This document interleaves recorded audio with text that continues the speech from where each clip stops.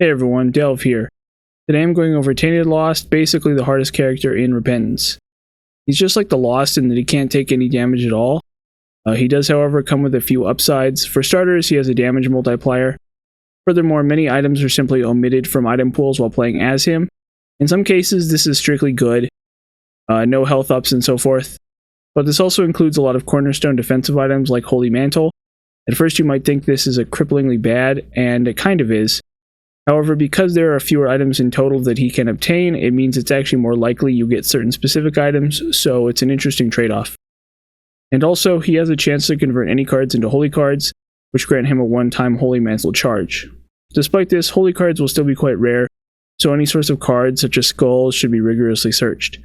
Obviously, this makes items which generate cards noteworthy, and blank card suddenly has the potential to be an extremely powerful item on him. Due to this Holy Mantle rarity, another extremely potent item is Glowing Hourglass.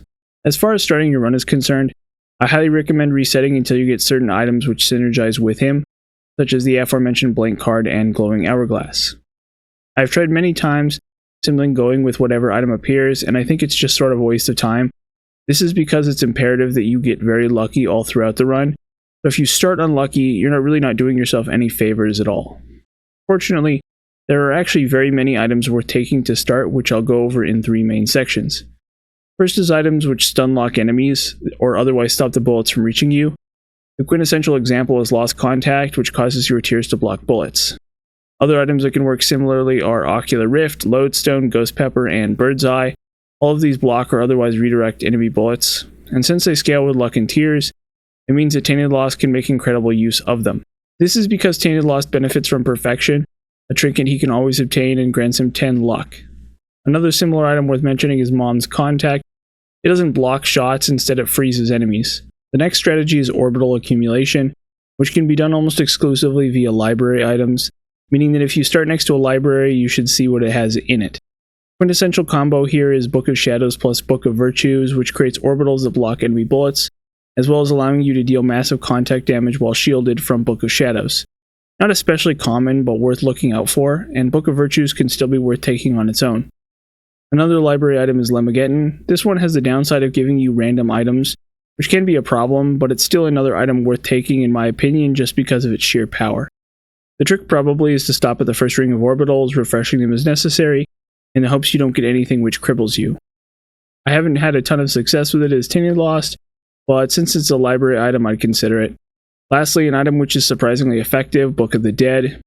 While this item is unimpressive on other characters, Tainted Lost high damage and flying means the bone orbitals will last you a while. Highly recommend this item. In addition to these library items, I recommend keeping your eyes open for pretty fly pills, as well as Cube of Meat and Ball of Bandages. Lastly, of course, just overpowering the game with sheer luck and damage can work. All the usual suspects apply here: Mom's Knife, C-Section, Tech X, Hemolacria, these kinds of items. On top of these, any item which is based on luck is probably worth taking, so Tough Love, Knockout Drops, Parasitoid. They won't really pay off immediately, but since you're guaranteed to get 10 luck, they are worth starting with in my opinion. Finally, I want to talk about Spin Down Dice. As far as I understand it, you can use this to fish for defensive items you can otherwise not obtain. Items like Holy Mantle. I have never successfully done something like this, so I'd say it's hardly necessary. Okay, so there's the Tainted Lost guide. In most cases, you're going to have to mix and match the above strategies to be successful. Therefore, I want to reiterate, I highly recommend starting with one of the items I listed above, and make sure you are actively checking item rooms and shops for more items throughout a run. But also, don't be afraid to not pick up a pedestal. Tainted Lost is a very unforgiving and frustrating character, but with enough persistence, it is totally possible to get every completion mark as him, and therefore the Dead God achievement. Hope this helps, and thanks for watching.